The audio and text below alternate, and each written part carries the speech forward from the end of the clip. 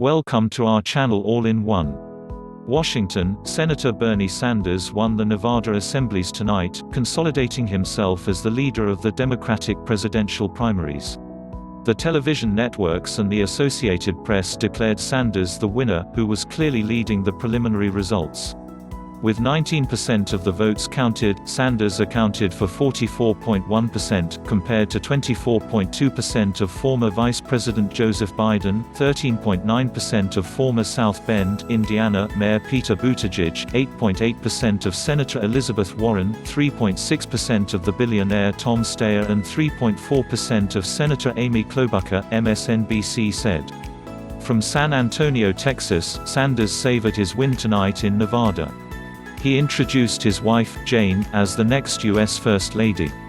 "Don't tell anyone, we're going to win the Democratic primary in Texas.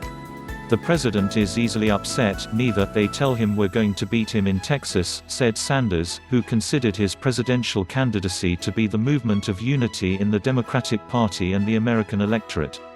The polls made by the television networks at the entrance of the voting centers predicted a favorable election day for Sanders in Nevada, where the Democratic presidential candidates look for the majority of the 36 delegates who are in dispute.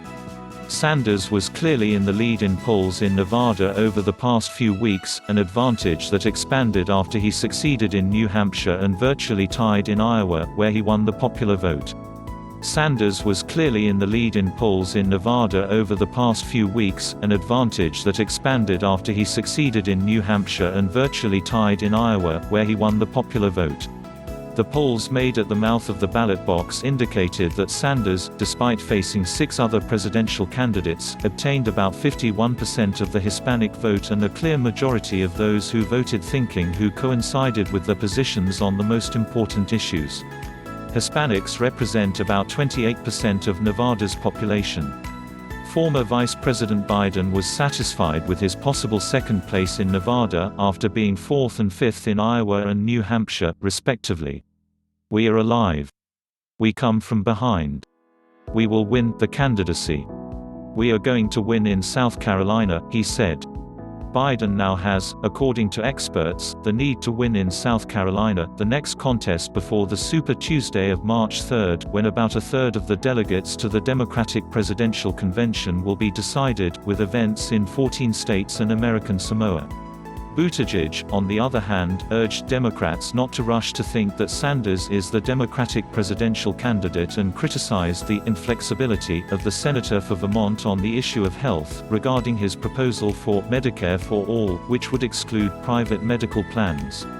"What we have to be absolutely clear about is that we must defeat Donald Trump," Buttigieg said, but he doubted that the Democrats will succeed with Sanders, the group's most liberal, as the White House candidate. Despite being relegated to 4th place, Senator Warren thanked Nevada for "keeping me in the fight," and said that since Wednesday, when she attacked Michael Bloomberg hard in the most recent debate, she has managed to raise $9 million from more than 250,000 donors. Today's vote in Nevada took place 24 hours after it was learned that the U.S. intelligence community He has received reports that Russia seeks to influence U.S. elections, not only to favor President Donald Trump in November, but to benefit Sanders in the Democratic race. Thank you for watching our videos. Feel free to like, comment and share.